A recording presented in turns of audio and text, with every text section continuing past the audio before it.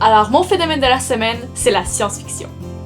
Je sais qu'il y a plusieurs personnes qui pensent que la science-fiction, c'est juste des trucs d'extraterrestres ou de Star Wars, mais il y a beaucoup d'autres trucs qui se cachent là-dedans.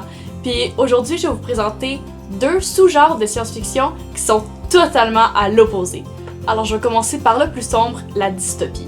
Alors, premièrement, qu'est-ce que c'est? En fait, la dystopie, c'est un monde imaginé par l'auteur, basé sur notre monde d'aujourd'hui, mais encore pire, un gouvernement totalitaire, des guerres, etc.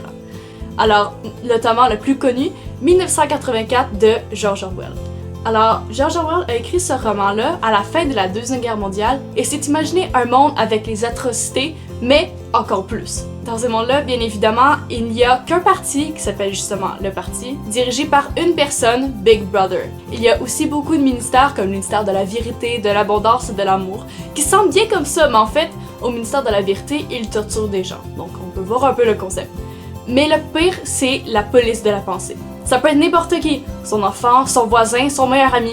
Et si cette personne-là remarque qu'on ne pense pas comme les autres, on disparaît à tout jamais. C'est dans cet univers-là que Winston essaie de trouver une fraternité qui sont dans le fond les seuls qui se rebellent contre Big Brother. Mais est-ce qu'ils existent réellement? Qui sont-ils? Donc il va essayer de les trouver. J'adore ce roman-là parce qu'il fait beaucoup réfléchir à la société d'aujourd'hui et aussi aux sociétés d'avant.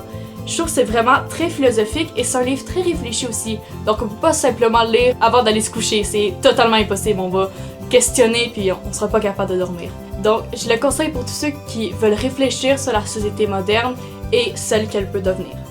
Alors on va laisser la dystopie derrière nous pour aller dans l'autre opposé, l'absurde. Alors je vais vous présenter Le Guide du voyageur galactique par Douglas Adams. Alors ce livre-là est pas du tout comme 1984. En fait, c'est l'histoire de Arthur, qui est un anglais totalement moyen. Mais un jour, qui semble être totalement normal, il va apprendre 3 choses qui vont bouleverser sa vie. Premièrement, sa maison va se faire détruire parce que des bulldozers vont arriver, il y a une autoroute qui doit se faire construire. Deuxièmement, son meilleur ami, Ford Prefect, est en fait un extraterrestre de Betelgeuse qui était sur la Terre pour écrire un livre. Et troisièmement, la Terre va se faire détruire dans moins d'1 heure.